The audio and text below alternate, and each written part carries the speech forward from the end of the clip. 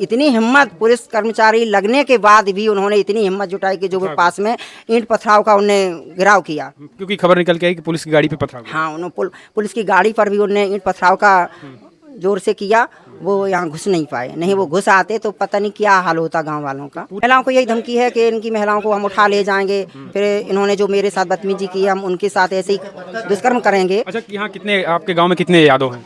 यहाँ एक भी यादव नहीं है, बिल्कुल अच्छा, बगल गांव में? हाँ, पास में ही है, 2 से कदम थोड़ी दूर है, 1 किलोमीटर की दूरी पे है। अच्छा। यहाँ यादवों का गांव है। तो उस गांव से ही क्या लग रहा है आपके गांव के लोगों का, कुछ लोगों का निकलना होता है क्या? उधर से नहीं निकल रहे हैं, जब से ये कांड हुआ है उन्होंने धमकियां दी हैं, तब से उधर से आना जाना बिल्कुल बंद हो चुका है। पूरी तरह से लोग बहुत डर रहे, खाना भी नहीं घर में बन रहा है। अच्छा। हाँ, लोग बहुत दहशत में, हाँ बहुत सहमे कि अब बहुत डर लग रहा है कि कैसे गांव में रह पाएंगे, कि इस तरह का जब गांव के पास में आ गए 100 कदम की दूरी पर, तो हम लोग को कैसे रहेंगे। गांव के पुरुषों को भी धमकियां मिल रही हैं? हाँ, पुरुषों को भी धमकियां मिली। वहाँ से सब लोगों का निकलना बैठना बंद है, पूरी रास्ताएं बंद हो चुकी हैं। जब से घटना घटी है वहाँ से कोई लोग निकल नहीं पा रहे हैं। अच्छा, निकल नहीं पा रहे। दूसरी रास्ता से प्रयोग कर रहे हैं रास्ता। हाँ। इधर से यादवों का गांव पड़ रहे हैं, इसलिए भरतना का आना जाना बिल्कुल बंद हो गया है। कोई भी व्यक्ति उधर से नहीं जा रहा है, इधर से जा रहा है।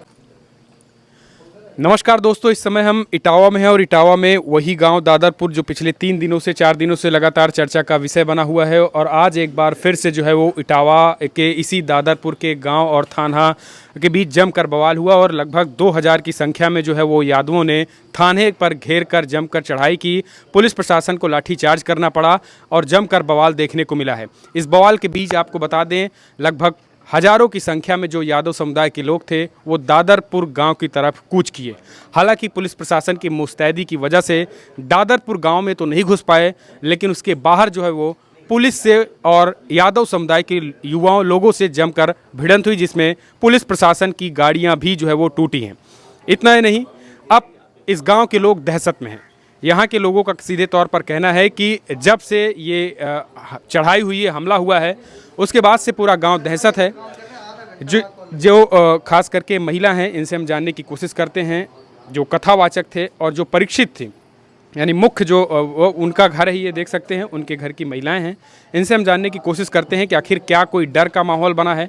आप देखेंगे उस साइड, तो वहाँ पर तमाम मीडिया की जो गाड़ियाँ हैं, मीडिया की गाड़ियां जो है वो वहाँ पर खड़ी हुई हैं। प्रशासन के लोग हैं, पुलिस प्रशासन, थाना अध्यक्ष यहाँ पर मौजूद हैं। थाना अध्यक्ष से बात हुई तो उन्होंने साफ तौर पर कहा कि फिलहाल इस गांव तक जो है वो कोई भी यादव समुदाय का लोग यहाँ पर नहीं घुस पाए थे।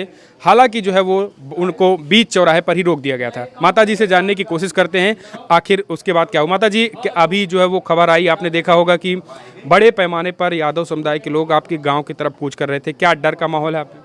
भाई सभी लोग गांव वाले दहशत में तो हैं ही जी। हाँ, कि जब अभी पुलिस शासन लगा है तब उनकी इतनी बड़ी हिम्मत जुटी जो वे गांव के पास में आ गए। वो जब ये प्रशासन चला जाएगा फिर हम लोगों का क्या होगा। इसलिए हमारी श्रीमानी योगी जी से यही गुहार है कि हमारे गांव के लिए बड़ी सुरक्षा की जाए, जो हम लोग सुरक्षित रह पाएँ। ज़्यादा से ज़्यादा महिलाओं के लिए वो बार बार धमकी दे रहे हैं, तो हमारी यही उनसे। कौन धमकी दे रहा है? यादव लोग धमकी दे रहे हैं कि महिलाओं और हाँ, हम उठा ले जाएंगे और उनके साथ बदतमीजी करेंगे। अभी तो कम की है, फिर ज़्यादा करेंगे।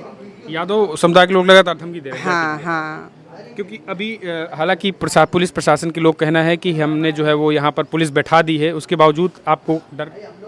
अभी थोड़ा मतलब दिल में तो डर तो है ही अंदर से, लेकिन पुलिस प्रशासन की वजह से थोड़ी हिम्मत है। और जब ये लोग चले जाएंगे फिर हम लोगों को क्या होगा।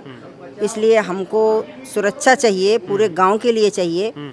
जब तक ये मामला फैसला हो ना जाए तब तक सुरक्षा कर्मी चाहिए गांव वालों के लिए। दहशत का माहौल है गाँव में। हाँ, अभी बहुत पूरी तरह से लोग बहुत डर रहे, खाना भी नहीं घर में बन रहा है। अच्छा। हाँ, लोग बहुत दहशत में, हाँ बहुत सहमे कि अब बहुत डर लग रहा है कि कैसे गांव में रह पाएंगे, कि इस तरह का जब गांव के पास में आ गए 100 कदम की दूरी पर, तो हम लोग को कैसे रहेंगे। गांव के पुरुषों को भी धमकियां मिल रही हैं। हाँ, पुरुषों को भी धमकियां मिली। वहाँ से सब लोगों का निकलना बैठना बंद है, पूरी रास्ताएं बंद हो चुकी हैं जब से घटना घटी है।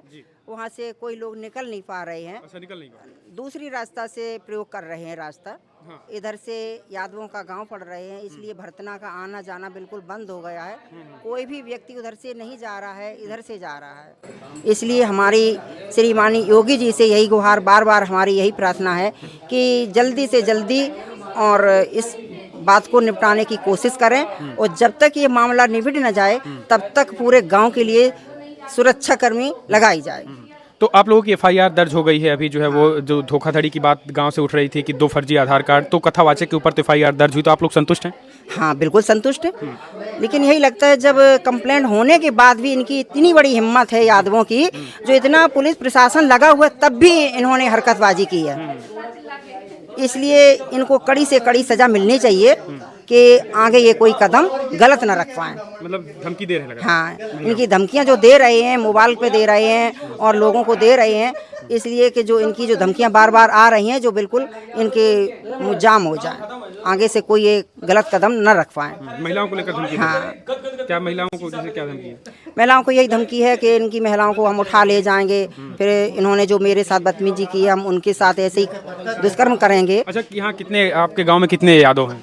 यहाँ एक भी यादव नहीं है, बिल्कुल। अच्छा, बगल गांव में? हाँ, पास में ही है, 2 से कदम थोड़ी दूर है, 1 किलोमीटर की दूरी पे है। अच्छा। यहाँ यादवों का गांव है। तो उस गांव से ही क्या लग रहा है आपके गांव के लोगों का, कुछ लोगों का निकलना होता है क्या? उधर से नहीं निकल रहे हैं, जब से ये कांड हुआ है। उन्होंने धमकियां दी हैं, तब से उधर से आना जाना बिल्कुल बंद हो चुका है। मतलब रास्ता रोक दिया उन्होंने? हाँ, रास्ता पे कोई निकल नहीं पा रहा है। उन्होंने ये धमकियां दी हैं, अगर कोई भी ब्राह्मण इधर से निकला तो उसकी बहुत बुरी दशा करेंगे। इसलिए हम लोग जो पूरा ग्राम समाज है, इधर से रास्ता बिल्कुल आने जाने का बंद ही कर दिया है। इसलिए योगी जी से हमारी यही रिक्वेस्ट है कि इनको कड़ी से कड़ी सजा मिलनी चाहिए। और जो नहीं, वो लोग कह रहे हैं कि जो है हम जिस तरीके से बेइज्जत किया गया है हमारे समुदाय के एक जाति के एक या कथावाचक को, हम उसका बदला लेना चाहते हैं। तो उन्होंने गलत किया है। एक महिला के साथ उन्होंने बदतमीजी दी है। अखिलेश यादव को तो ये कहना चाहिए था, दोनों पार्टी को इकट्ठा करके समझौता करवाते, इनका ये उचित था कहना। उन्होंने एक पार्टी को अपने पास बुला लिया, कम से कम परीक्षित जी को और दोनों लोगों को बुला के दोनों लोगों की बात सुनते, तब उनको फैसला निर्णय लिया जाना चाहिए था। तो क्या लग रहा है कि अखिलेश ने जिस तरीके से कथावाचक को सम्मानित किया, उसके बाद से सारी घटना देखने को मिल रही है?